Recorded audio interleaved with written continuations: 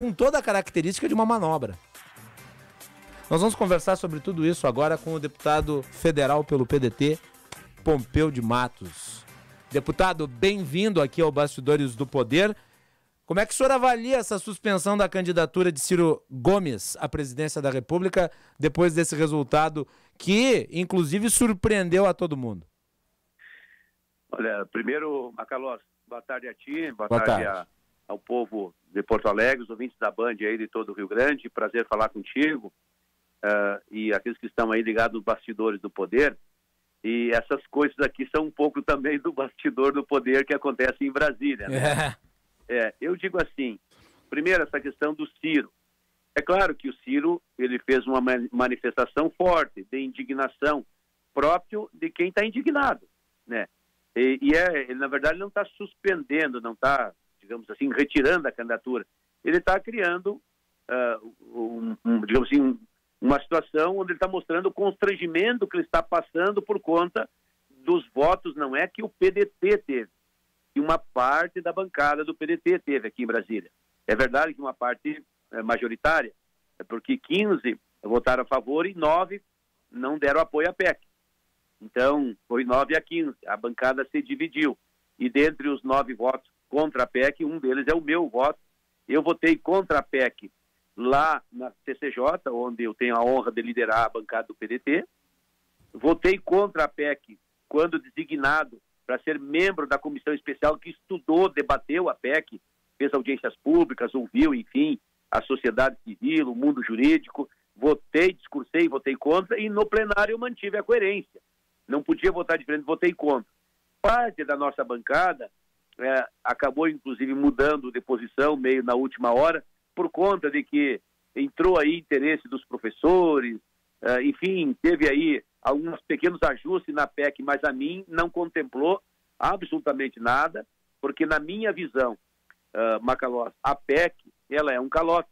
Porque, veja bem, pessoas, entidades, poderes que têm a ver com o governo federal, eles não recebem as suas contas dentro da justiça. Assim é o aposentado que entra contra o INSS. Então, são ações demoradas para ganhar na primeira instância. Ganha, o governo recorre. Demora na segunda instância. Ganha, o governo recorre. Demora na terceira instância. Ganha, o governo recorre para o Supremo. Aí o governo perdeu em tudo. Ou seja, é coisa líquida e certa. Ação com trânsito e sentença com trânsito e julgado. Aí o que o governo faz? Em vez de pagar o que deve, isso que vira precatório tem que ser encaminhado para o orçamento da União para ser pago no ano seguinte. Eles simplesmente agora recorrem com a quinta instância. É a quinta roda de um carro, não existe quinta roda, para empurrar com a barriga. Tipo assim, devo, não nego que devo, reconheço que estou devendo, pago quando puder, se quiser, e fica esperando. Tem ações que o autor já morreu, o filho está velho e não vai receber, vai morrer antes de receber. Aí quem sabe os netos recebam, mas do jeito que vai, ninguém vai receber, porque o governo não vai pagar nunca. Sim. Então, por isso que a gente diz que é um calote. Sim. Então, essa é a nossa indignação. O Ciro tem razão da sua reação. Claro que ele não vai retirar a sua candidatura, mas fez o seu protesto. Tá, mas e se o PDT mantiver os votos no segundo turno de votação e o texto passar? Aí o Ciro Gomes vai dizer, fiquei magoado, mas continuo candidato. Ou ele retira daí a candidatura? Eu vou dizer para ti assim, ó, a minha mãe aprendeu uma lição com a minha avó e me ensinou essa lição. Tati nunca resolveu o assunto, o problema, enquanto ele não existir. Nós temos que resolver ele agora. No futuro eu não sei o que vai acontecer, mas eu posso fazer acontecer no presente para que o futuro seja do jeito que eu vou prepará-lo, que eu vou trabalhar. Então é preciso que a gente agora acalme, se discuta. Teve alguns colegas que erraram, na minha visão, sim, mas isso não os invalida como sendo deputados importantes, deputados que têm um caráter, uma memória, uma história. Nós não vamos deletar alguns deputados do PDT por conta de uma votação. O senhor não considera que a terceira via, e não apenas de Ciro Gomes, mas a terceira via como um todo, para além de Ciro Gomes, ela sai enfraquecida? Porque, vamos lá, o PSDB, que é pai de muitas dessas medidas de responsabilidade fiscal, teve uma adesão de 70% dos seus deputados à PEC. E no conjunto da obra, os partidos de centro ajudaram a tocar uma pauta que é do governo. E os candidatos todos se manifestaram contrariamente e foram abandonados pelos parlamentares. Eu pergunto, se os candidatos não conseguem dar norte aos parlamentares de suas respectivas siglas, como é que eles vão encontrar um norte político para a eleição de 2022, deputado? Eu digo assim, Macalós, há tempo de semear e tempo de colher. E quem sabe esse exemplo do que aconteceu aqui não sirvam de lições. Uma lição dura, é verdade, mas às vezes é necessário para compreender que tem muito mais do que avião no ar, viu? Tem uns aviões aí por trás de tudo e a gente precisa prestar atenção, ficar muito atento. Eu cuido muito disso, não é à toa que, como dizia o doutor Brizola, o diabo não é diabo porque é inteligente, mas porque tem tempo, e o tempo ensina a gente a se cuidar de algumas trampas. Então, é claro que isso, de certa forma, num primeiro momento enfraquece, mas num segundo momento pode também fazer com que se recomponham essas forças, tomem um aprendizado, porque esta votação, que ainda não tem consequência nenhuma, viu, Macalós? Porque ela é só um primeiro turno, é uma primeira etapa do primeiro turno, nem terminou o primeiro turno, porque tem uma série de destaques para votar. Então, quem sabe isso sirva de alerta, de lição, para rever posições, rever comportamento, tomar novas atitudes, porque esse projeto é 2 vezes ruim, eu diria 3. Primeiro, ele é ruim para o aposentado, para o professor, para a professora, para a empresa, para o empresário, para quem tem dinheiro a receber do governo. Dinheiro líquido e certo que a justiça já lhes concedeu. Inclusive desmoraliza a justiça, porque a justiça deu o direito de receber e o governo se nega a pagar e fica por isso mesmo. Então, é uma primeira coisa ruim. A segunda coisa ruim, ela favorece o projeto do governo Bolsonaro no sentido de se apropriar de um dinheiro que não é dele. Isso é uma apropriação indébita. Ele está ficando para ele um dinheiro que ele deve. E ele tem esse dinheiro arrecadado do povo na forma de imposto e, ao invés de pagar o que deve, ele se apropria. É o verdadeiro calote. Como é que a gente diz? É uma velhaquice, é um governo velhaco. O governo é velhaco. Essa é uma palavra antiga, mas é um governo velhaco. Então, é a segunda coisa ruim. E a terceira coisa ruim, que ficou para a imagem dos partidos de centro. Mas que eu diria para ti assim, ainda há tempo de recuperar essa imagem.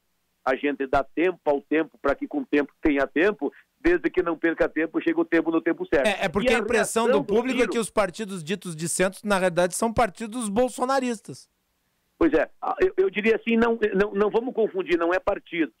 Porque, na verdade, por exemplo, na votação do PDT, e eu posso responder pelo PDT, não foi uma decisão do partido, não foi uma decisão da direção nacional, né, que nós temos aí, que nos reunimos seguidamente.